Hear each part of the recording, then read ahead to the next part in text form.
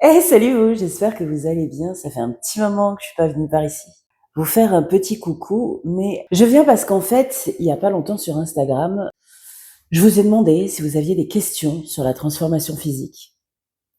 Si vous aviez des questions sur le parcours que j'ai entamé il y a un peu plus d'un an maintenant. Et vous avez été pas mal à m'envoyer des petites questions sur le sujet. Je me suis dit que c'était une manière plutôt sympa de revenir par ici. La fin d'année m'a roulé dessus, donc j'ai pas posté ici depuis un petit moment. Il s'est passé plein de choses. J'ai relancé mon activité professionnelle de photographe, spécialisée en portrait féminin, en studio, pour les femmes, dans tous les pans de leur vie. Voilà. Je vous accompagne dans vos projets, dans vos étapes de vie, et c'est quelque chose qui m'a toujours animée. Il était temps de reprendre ce chemin-là aussi. Donc c'est aussi un petit peu le pourquoi du comment je ne vous ai pas posté grand-chose ces derniers mois. Mais j'ai très envie de revenir, et d'échanger avec vous, de papoter avec vous. Je vais, je pense, régulièrement vous proposer de me poser des questions sur Instagram pour échanger, pour libérer la parole sur plein de sujets. J'ai envie de vous parler. J'ai envie de vous parler de plein de sujets, j'ai envie de vous parler de l'image de soi dans plein d'étapes différentes. J'ai envie de vous parler du corps qui change avec les années. J'ai envie de vous parler de se réapproprier son regard, d'éduquer son œil et d'aller encore plus loin là-dedans, dans nos vies. Parce que je trouve que c'est absolument essentiel pour vivre bien avec soi que d'avoir un regard curieux, envieux, d'en connaître davantage et éduquer sur la pluralité du beau. J'ai envie de vous parler aussi d'alopécie, j'ai envie de vous parler de transformation physique, de bien vivre, de mieux vivre avec soi pour être bien dans ses baskets, comme dans ses rebettes. Voilà. J'espère que le programme va vous plaire, qu'il vous plaira. Aujourd'hui, on va parler de transformation physique. On va parler des questions que vous m'avez posées. Et j'ai ma petite feuille ici. On peut commencer. Je vous posterai les questions sur la vidéo. Et puis c'est parti. Alors, qu'est-ce qui est le plus difficile dans tout ça, physiquement et mentalement? En fait, quand on entame une transformation physique, je pense que le plus compliqué, c'est vraiment la discipline sur le long terme. Parce qu'en fait, on a nos modes de vie, nos façons de vie, nos façons de faire qui n'étaient pas bons, qui restent quand même dans la matrice, dans nos petites têtes. Dans le sens où, au départ, souvent, on commence une transformation physique avec de la motivation. La motivation, c'est important quand on commence une transformation physique. Et puis la motivation s'en va. Et qu'est-ce qui reste? Cette envie de vivre longtemps. Ce qui reste, c'est le pourquoi du comment. Pourquoi je fais ça? Votre pourquoi est important. Pourquoi je fais ça? Dans quelles conditions je le fais? Quel est mon but? Ça, c'est extrêmement important de s'en rappeler toujours. Et la discipline. Faire des petites actions chaque jour qui amènent à la fin à de gros résultats. Je suis pas là pour édulcorer l'affaire en fait. Je suis là pour vous parler vrai et pour vous dire que en tant qu'obèse profonde, qui faisait 157 kilos, aujourd'hui je suis entre 55 et 57 kilos perdus. Voilà. Je suis entre 100 kilos et 102. Ça fait d'ailleurs plusieurs mois, mais ce sera peut-être le sujet d'une prochaine vidéo. Donc j'ai perdu plus de 55 kilos. Pour perdre 55 kilos, il faut avoir un pourquoi important. Mon pourquoi à moi, c'était j'ai plus de 43 ans. Il est temps maintenant de me prioriser moi pour ma santé, pour pouvoir vivre longtemps, vieillir longtemps et être en pleine forme et en pleine possession de mon habitat qui est mon corps. Le travail sur l'image de moi, je l'ai fait. Ça fait des années que je le fais, des années que vous en êtes plus ou moins témoin. Ça, c'est fait. Ça a été fait depuis longtemps. Le regard des autres n'est plus un problème pour moi. Me réapproprier mon image, c'est quelque chose que je sais faire. Que je fasse 150 kilos ou que j'en fasse 80. C'est tout un mécanisme, tout un parcours, toute une aventure personnelle à faire. Et c'est quelque chose que je sais faire. Le regard des autres n'est plus un problème.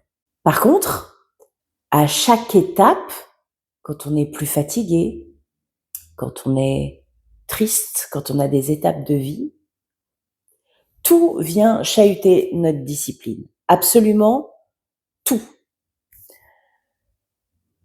On vit tous autre chose qu'une transformation physique. On a à côté nos quotidiens, on a nos galères de vie, on a nos joies, on a des entourages qui vont plus ou moins bien.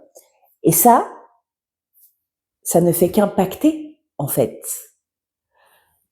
notre discipline, ce qu'on met en place tous les jours pour aller mieux, etc., etc.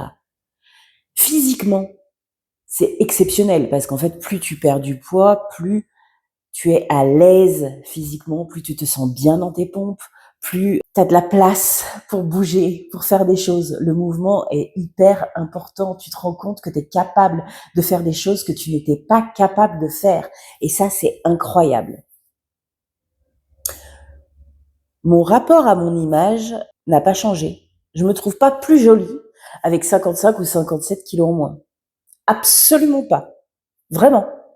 Dites-vous pas, je vais perdre du poids pour me trouver jolie. Moi, j'ai pas perdu du poids pour me trouver jolie. Hein. J'ai pas perdu du poids pour rentrer dans les standards de beauté. J'ai perdu du poids parce que aujourd'hui, vous allez pas pouvoir le voir, mais je peux plier et croiser mes jambes quand je m'assois quelque part. Aujourd'hui, je peux rentrer dans un siège sans avoir les accoudoirs qui me font mal aux hanches. Aujourd'hui, j'ai une amplitude de mouvement. Je respire mieux quand je marche longtemps. Physiquement, c'est le jour et la nuit en fait. Ça, on s'en rend compte quand on a perdu du poids. On sait que c'est difficile et douloureux le poids qu'on porte quand on a énormément de poids en trop, parce que ça nous fait souffrir, mais c'est notre quotidien. Donc en fait, le corps s'adapte et le cerveau aussi. Sauf que quand vous perdez du poids, vous vous rendez compte qu'en fait, vous portiez lourd, vous portiez très lourd, et vous étiez limite une athlète olympique, parce qu'en fait, tous les jours, vous portiez un poids absolument fou. Voilà, je sais pas si je me fais bien comprendre. J'ai envie tellement de vous dire tout ce qui change. Physiquement, c'est fou. Soyons clairs. Quand vous passez d'une obésité morbide à plus de 157 kilos et que vous arrivez à 100 kilos, pourtant vous êtes considéré comme obèse, mais la vie n'a rien à voir. La vie n'a rien à voir. Et mentalement, vous allez faire des hauts et des bas. Psychologiquement, mentalement, émotionnellement, vous allez faire des hauts et des bas. Émotionnellement, vous allez pas être content tout le temps de vous. Vous allez pas être tout le temps fier de vous. Il va falloir relativiser les choses. Il va falloir être plus doux, se regarder avec plus de tendresse, être plus gentil avec soi. Moi, je suis quelqu'un, par exemple, qui met la barre très haute. Et souvent, je ne m'engage pas dans les choses parce que je suis plus que perfectionniste. Donc, je ne suis pas satisfaite de ce que je fais, du résultat, etc., etc. Apprécier le chemin, apprécier le voyage, apprécier le fait de faire ce que la plupart des gens ne sont pas capables de faire. Parce que, à un moment donné, vous avez eu le bon réflexe, la bonne impulsion, le bon impact, les bonnes habitudes, les bonnes attitudes, le bon regard sur vous qui a fait que tout s'est mis en place pour que vous fassiez ce travail-là. Parce que ce travail-là ne vient pas de nulle part non plus. Ce travail-là, il vient depuis que je suis toute petite pendant des années, j'ai vu des psys, j'ai vu des nutritionnistes, j'ai vu tout un tas de professionnels qui ont fait qu'à un moment donné, j'ai eu le savoir assez large et j'ai eu assez de connaissances pour me rendre compte que tous ces professionnels m'avaient donné des clés, mais qu'ils ne m'avaient pas donné des clés qui me correspondaient à moi. J'en ai fait une salade qui a été la bonne chose, qui a fait qu'aujourd'hui, j'ai trouvé exactement ce qui me convient et ce qui m'a permis de perdre du poids, de perdre autant de poids, de le faire bien, en conscience, et de tout faire aujourd'hui pour ne pas reprendre du poids et même continuer ma transformation physique sur le long terme, parce qu'il est important pour moi aujourd'hui de mener une nouvelle vie et de ne pas avoir fait un régime en vain, perdre 50 kilos et en reprendre 60. Voilà, je ne sais pas si je vous ai tout dit, mais en tout cas, ça vient de mes tripes. Deuxième question. À quel niveau tu es le plus fier de toi? En fait, quand on commence une transformation physique, souvent on se projette.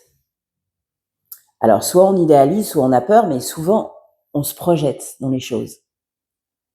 Et vu que jusqu'à maintenant toutes mes tentatives n'avaient pas marché, je me suis vraiment dit, on y va avec curiosité, et puis on verra bien. Mais il y avait quand même ce petit truc de à tous les coups, je vais pas encore y arriver. À tous les coups, ça va être encore une fois. Encore un échec. Encore un truc qui ferait que. Sauf que cette fois-ci, j'ai pas pris ma transformation physique comme un régime. Je me suis dit, et si je changeais ma vie un petit peu? Et si je décidais de faire un petit peu plus attention de ce côté-là? Et si j'étais un petit peu plus en colère contre les industriels de l'agroalimentaire aujourd'hui, qui sont incapables de faire du bon et du en santé en faisant du chiffre, en fait. Parce qu'aujourd'hui, les industriels s'en mettent plein les poches sur notre dos et sur le dos de notre santé, parce qu'en fait, ils essayent de nous dire qu'ils nous facilitent la vie, sauf qu'en nous faisant aller plus vite et en nous faisant manger du transformé, ils dégradent notre santé sur le long terme, en faisant des pépettes. Voilà. Est-ce que ce serait pas bien que tu sois un peu plus en colère? Est-ce que ce serait pas bien que tu penses un petit peu plus à toi? Tu sois un peu plus égoïste parce que t'es quelqu'un qui t'occupe toujours des autres. T'es quelqu'un qui est toujours là pour aider les gens que t'aimes. Est-ce qu'il ne serait pas bien que tout cet amour-là que tu as pour les autres, que tout cet amour-là que tu as pour les gens que t'aimes, que tout ce que tu fais pour les gens, est-ce que tu pourrais pas aussi te l'apporter à toi? Est-ce que tu pourrais pas aussi te soigner comme tu prends soin des autres? Et quand je dis se soigner, c'est pas dans le terme médical, même si ça peut faire référence, mais c'est se soigner, prendre soin de soi. Prendre le temps de prendre soin de soi. Parce qu'en fait, si on veut prendre soin des gens qu'on aime, si on veut vivre des bons moments, si on veut être disponible et à disposition, on ne peut le faire, un, que par notre prisme, et deux, que si on est dans des bonnes conditions. Vous ne pouvez pas aider quelqu'un si vous n'allez pas bien, parce que votre prisme ne sera pas bon pour l'aider. Ce dont je suis le plus fier, en fait, c'est sur le long terme d'avoir décidé de me choyer, de me respecter, de me prioriser. Et vous savez quoi? J'avais peur, en fait, en faisant ça, de ne pas être disponible pour les autres. Je ne l'ai jamais été autant. Parce que j'avais la place, dans ma tête, dans mon cœur, de le faire. Parce que, d'un autre côté, j'ai pris le temps et la place de m'occuper de moi en premier. C'est ça dont je suis le plus fière. C'est de pas m'être dit à un moment donné, oh non, les autres c'est le plus important. Oh non, t'es pas si importante que ça. Oh non, allez, laisse tomber, y a d'autres choses à faire. Il y a le quotidien, il y a les emmerdes, il y a les autres qui vivent des trucs pas faciles, il y a la vie, les actualités, il y a J'aurais pu me laisser tomber, sauf que je l'ai fait pendant des années et ça, il en était hors de question. C'est là où la discipline est importante. C'est là où la joie aussi est importante. Et c'est là où votre pourquoi aussi est important. Pourquoi je fais ça? Pour moi, parce qu'il n'y a personne d'autre que moi qui peut le faire à ma place. Et que ça n'empêche pas le fait que je puisse être là pour les autres, en fait. Au contraire. Ensuite, troisième question. Comment ta perte de poids a transformé ta relation de toi à toi? Je vous en ai déjà parlé, donc celui-là, je vais y passer très vite. En fait, ma relation de moi à moi, c'est ma maison, mon corps, mon physique est un terrain de jeu absolument incroyable. Mon corps est un monde, mon corps est ma maison, mon corps est mon temple. Mon corps est mon temple, oui.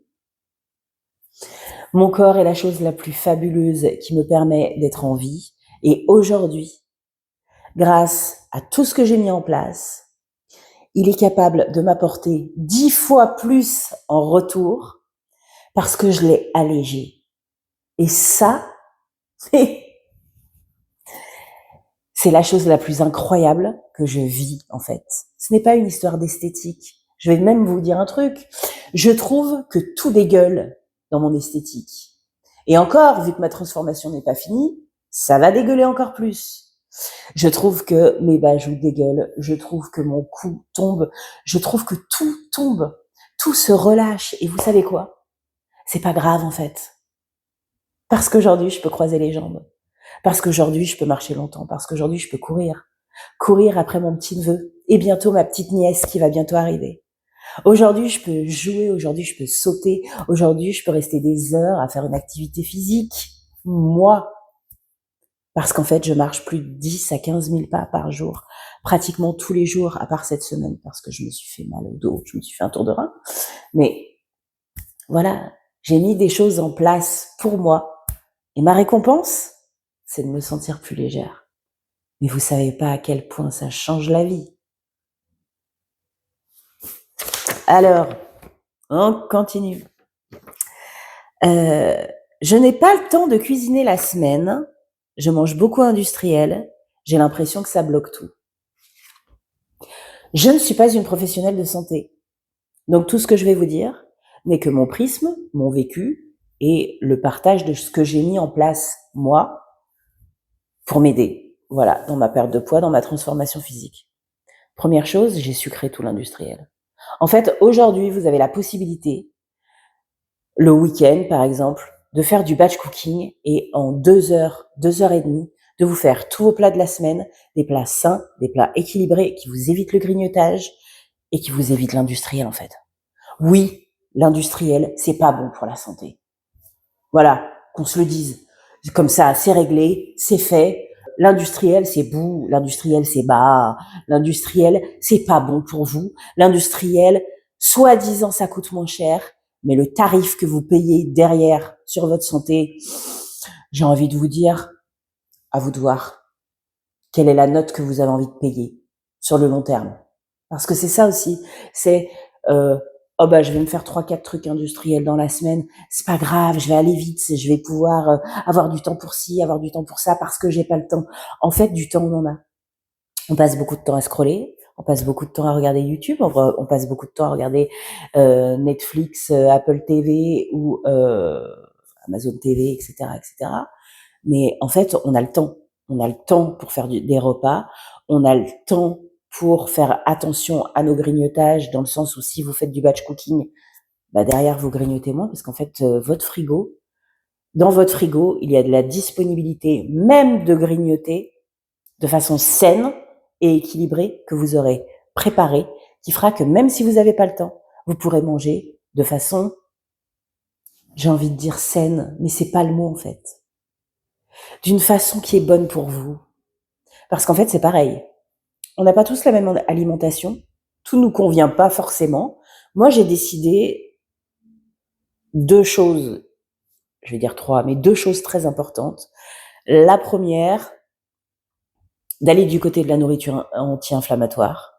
parce que l'obésité est une inflammation et aussi que d'un point de vue de mes hormones et d'un point de vue féminin, j'ai des soucis avec mon endomètre qui font qu'il faut que je fasse attention à tout ce qui est inflammatoire. Donc j'ai décidé d'aller plus du côté de la nourriture anti-inflammatoire et de la nourriture anti-diabète parce qu'en fait j'ai un mari qui a du diabète.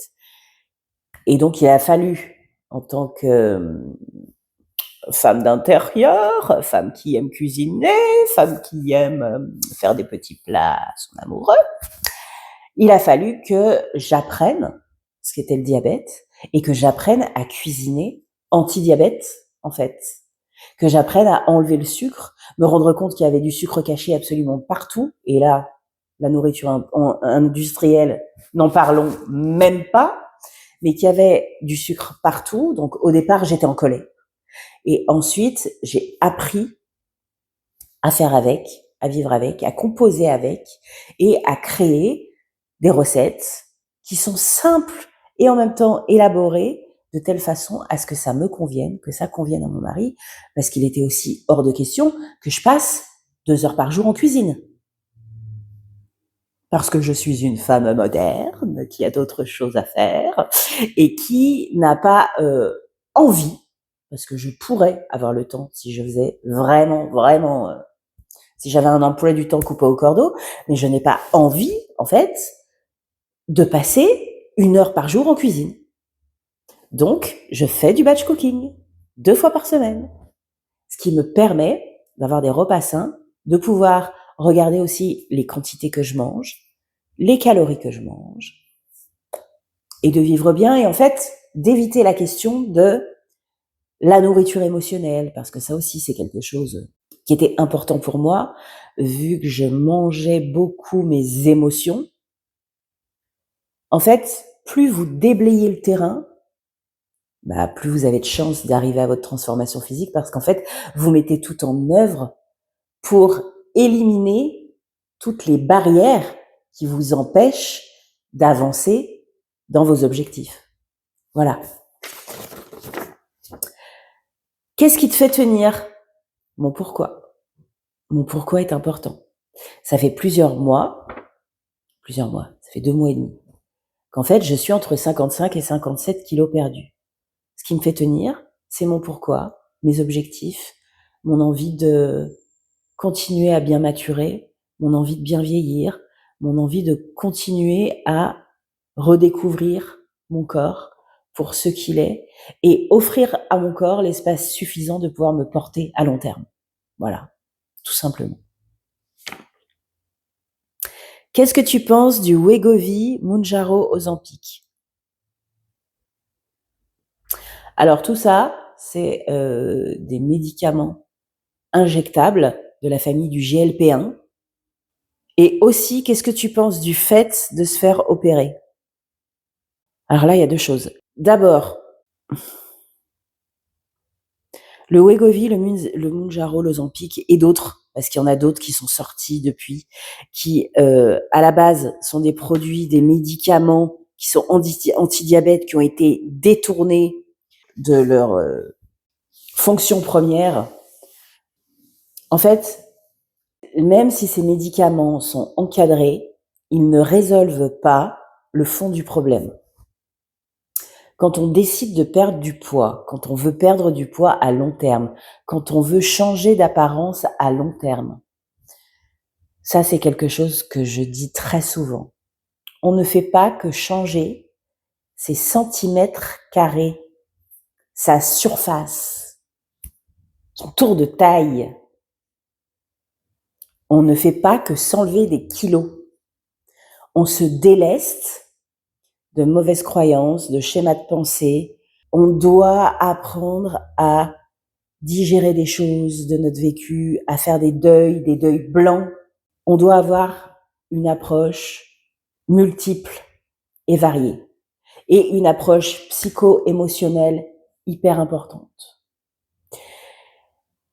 Et en fait, c'est pas un médicament. Alors, le médicament peut marcher, mais en fait, il y a l'approche psycho-émotionnelle et puis il y a l'approche des habitudes, des attitudes face à la nourriture.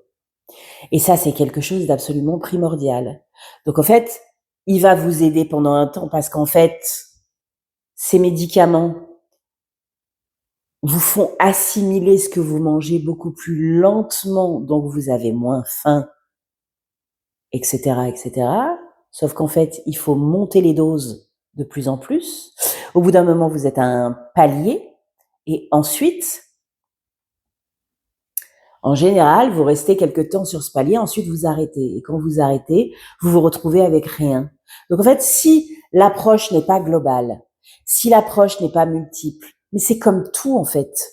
Si vous vous faites opérer, je me suis fait opérer d'un anneau gastrique en fait à l'époque.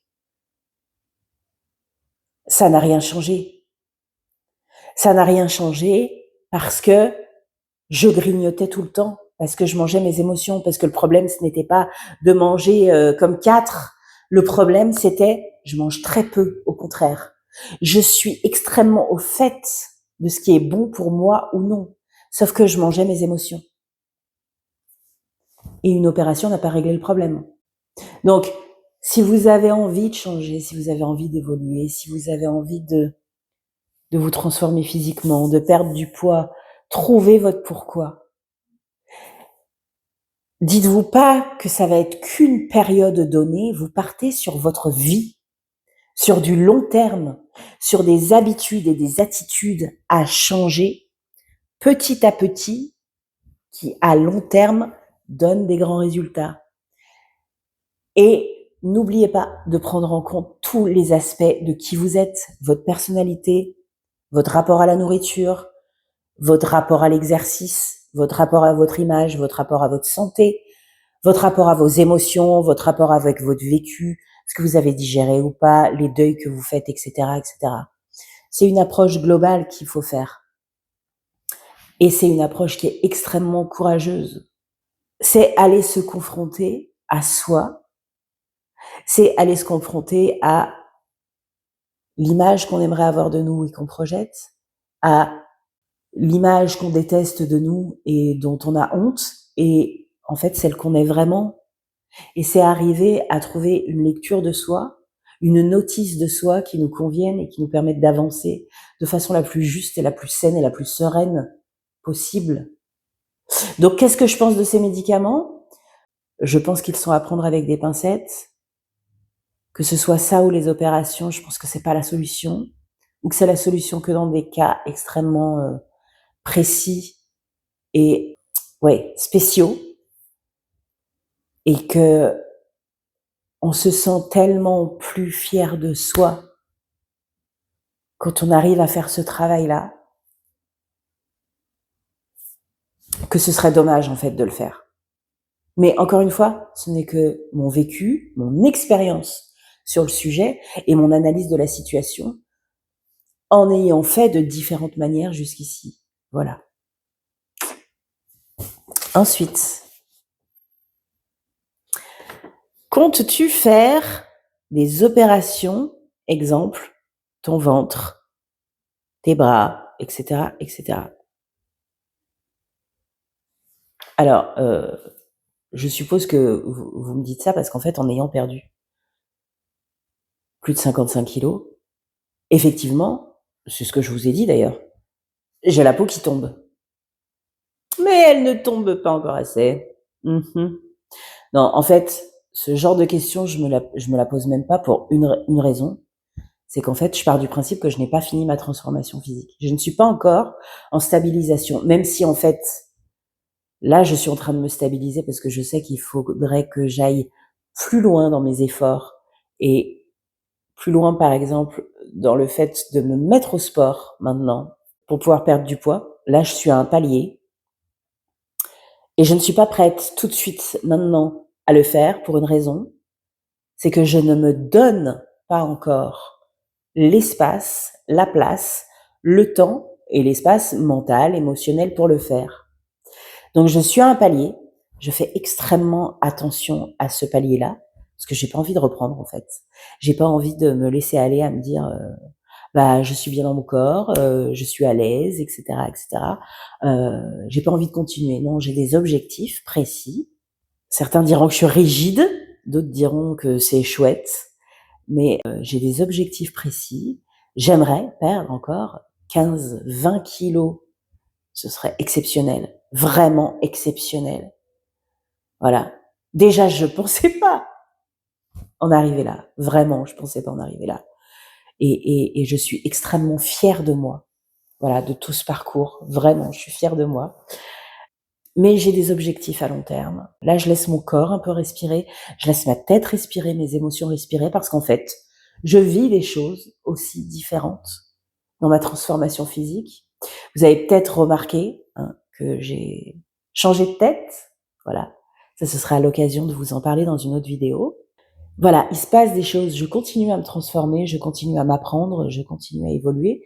Et puis, il y a des choses de la vie qui font aussi que on a des fois l'esprit ailleurs, on a des choses qui prennent de la place dans notre tête, dans notre quotidien, qui font que, voilà, en ce moment, je stabilise mon poids. J'ai aussi repris une activité physique, il y a plein de choses qui se passent. Donc c'est hyper intéressant. Mais je ne compte pas pour l'instant faire de chirurgie. J'en ferai probablement à long terme parce qu'il y a des choses qui me gênent. Voilà. Ce qui est bizarre, c'est que ce qui me gênait déjà avant. Et ce qui devrait me gêner aujourd'hui avec le perte de poids ne me gêne pas tant que ça. Par exemple, mon ventre qui tombe ne me gêne pas tant que ça. J'ai toujours appris à le regarder avec beaucoup de bienveillance, ce ventre-là. Donc ce ventre qui tombe ne me dérange pas plus que ça.